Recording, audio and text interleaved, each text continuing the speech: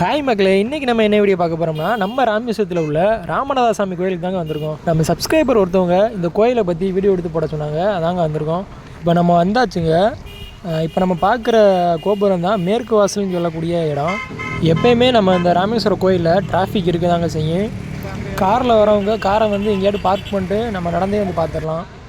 மக்களே, நம்ம இப்போ பார்க்குற வாசல் வந்து மேற்கு வாசல்னு சொல்லக்கூடிய இடம் தான் இது. ஆனால் இந்த பாதை வழியே நம்ம வந்து சாமியை வழிபடணும்னு உள்ளே போனோம்னா ரொம்பவே வந்து கூட்ட நெரிசல் வந்து இருக்கும்.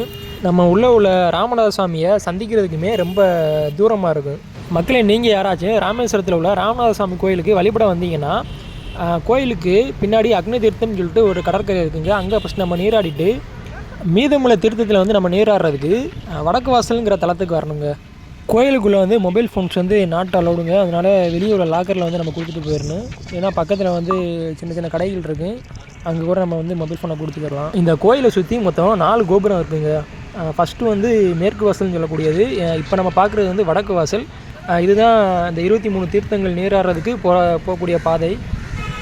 மக்களை இங்கே நிற்கிற பக்தர்கள் எல்லாருமே அந்த தீர்த்தத்தை நீராடுறதுக்காக லைனில் வந்து நிற்கிறாங்க.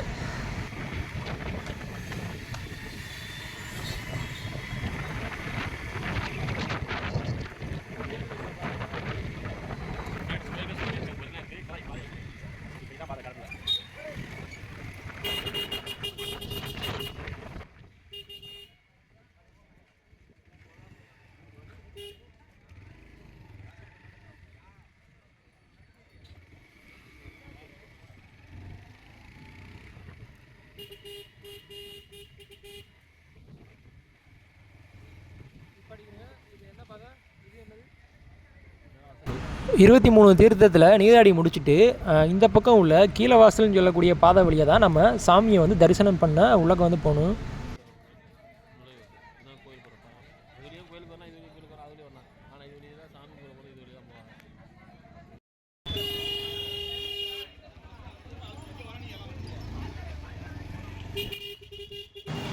இப்போ நம்ம பார்க்குற பாதை வந்து இதுதான் அந்த அக்னி தீர்த்த கடற்கரை போகக்கூடிய பாதை.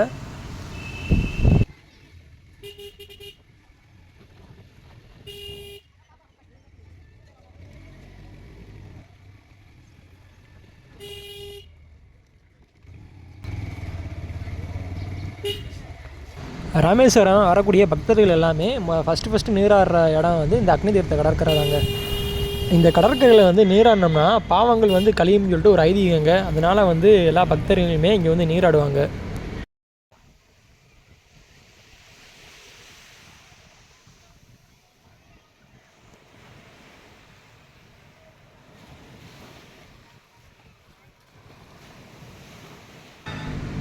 இந்த அக்னி தீர்த்த கடற்கரையை ஒட்டி நிறையா சங்கு கடை, மாலை, பாசி இந்த மாதிரி கடைகள் வந்து ரொம்பவே இருக்குங்க.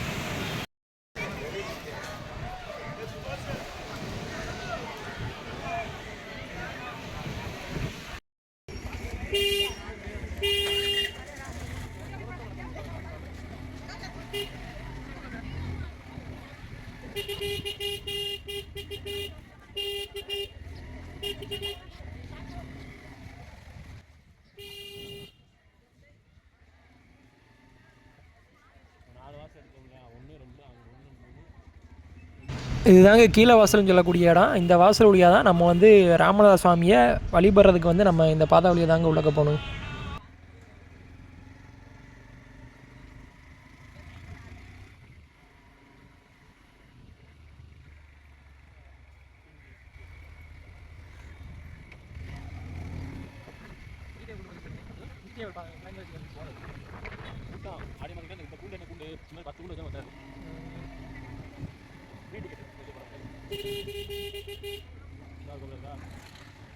மக்களே இப்போ நம்ம பார்க்குற கோபுரம் வந்து தெற்கு வாசல்னு சொல்லக்கூடிய கோபுரம் தான் இது.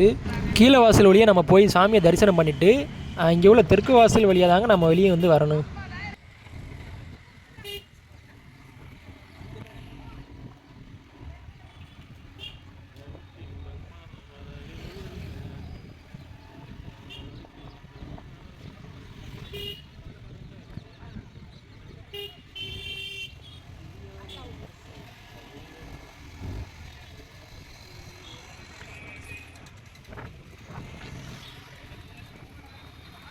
மக்களே இப்போ நம்ம வந்து 4 கோபுரத்தையுமே சுற்றி வந்தாச்சுங்க. இதுதான் நம்ம வரும்போது ஃபஸ்ட்டு பார்த்த மேலவாசல் கோபுரம்.